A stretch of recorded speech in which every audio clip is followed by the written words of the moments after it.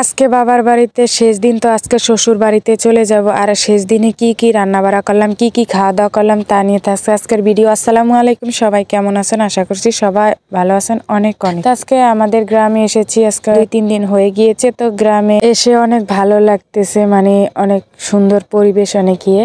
তো যাই হোক, এদিকে সকাল সকাল ঘুম থেকে উঠে ফ্রেশ হয়ে দেখি আমার মা, বোন, ভাবি সবাই মিলে নাস্তা বানাচ্ছে। তো সকালের জন্য কুয়াশা ভরা সকালে একটু রং চা না হলে তার চলেই না। তো রং চা জাল দিয়ে নিয়েছে আর একটু সেমাই রান্না করেছে। তো আজকে এগুলো দিয়েই মানে নাস্তা সেরে ফেলবে। আর এদিকে সেমাইটা মানে ভেঙে দিচ্ছে আমার বোন, রান্না করতেছে। তো একজন এক কাম করতেছে। আর গ্রামের মানে সব কিছুই আমার কাছে ভালো লাগে। ঢাকার জীবনযাপন অন্যরকম আর দেশের জীবনযাপন অন্যরকম। তো এই তো সবাই মিলে কুচা কাচা সবাই বড় ছোট সবাই মিলে নাস্তা করে নিয়েছি। তারপরে এই তো আমি শাক বাছতে বসে পড়লাম, দুপুরে রান্না বাড়া করে তারপরে খাওয়া দাওয়া করে তারপরে আমার শ্বশুর বাড়িতে যাব।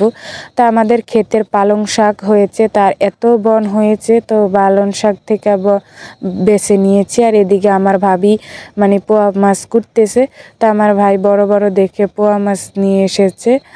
তো এই পোয়া মাছগুলো কেটে নিচ্ছে, এগুলো আজকে রান্না করবে। আর এদিকে আমার ভাবির অনেকগুলো হাঁস মুরগি আছে, তো সেগুলোকে ধান খেতে দিয়েছে আমার ভাবি। আর এই হাঁস মুরগার আওয়াজ শুনতে এত ভালো লাগে, মানে সকাল সকাল। তো যাই হোক, এদিকে আমাদের ধান সিদ্ধ করেছিল কালকে, তো ধান শুকায়নি, তো আজকে রোদে শুকাতে দেবে। তো আমাদের ক্ষেতের ধান, আর এখন সিজন হচ্ছে ধানের, আর সব জায়গায় ধান শুকাতে হয়। তো আমাদের ধান সিদ্ধ করা হয়েছে, আর এই তো শুকাতে মেলে দিয়েছে। পুরো উঠানে আমাদের রোদ এসে পড়েছে। তো যাই হোক, এদিকে আমি একটু গেটে দিয়েছি মানে ধানগুলো। আর এদিকে দুপুরে রান্না বাড়ার জন্য আয়োজন করা হচ্ছে, আমার ভাবি আর ভাইয়ের বউ মানে মানে বোন মিলে সবাই কোটাকাটি করে নিচ্ছে। আর এদিকে আমার মেয়েকে একটু গোসল করাবো, হালকা গরম পানি করে নিয়েছি, আর সব লোশন তেল সব কিছু নিয়ে নিয়েছি। তো তাকে গোসল করে দিলাম, তারপরে আমরা চলে যাব। তো এদিকে আমার বোন আবার দেখি রান্না করতেছে পোয়া মাছের জন্য, মানে তরকারি মশলাটা কষিয়ে নিয়েছে, তারপরে পোয়া মাছগুলো দিয়ে একসাথে পানি দিয়ে দিয়েছে। তো পোয়া মাছ তো একদম নরম, এগুলা কষানো যায় না, একসাথে পানি দিয়ে দেয়। তো এর পাকে রান্না করে নিয়েছে, আর ধনিয়া পাতা দিয়ে নামিয়ে নিয়েছে। আর তারপরে ভাজি চড়িয়ে দিয়েছে। তো সিম দিয়ে আলু দিয়ে ভাজি করছে, তারপরে ইয়ে করেছে। আর এর পাকে আমাদের গাছের একদম কচি ডাব পেড়ে রেখে দিয়েছিল। তো সেই ডাব আমার হাজব্যান্ড মিলে আমরা সবাই মিলে খেয়ে নিচ্ছি। আর গ্রামের তাজা তাজা সব কিছু খেতে এত ভালো লাগে, মানে অন্যরকম একটা জীবনযাপন, ভালোই লাগে।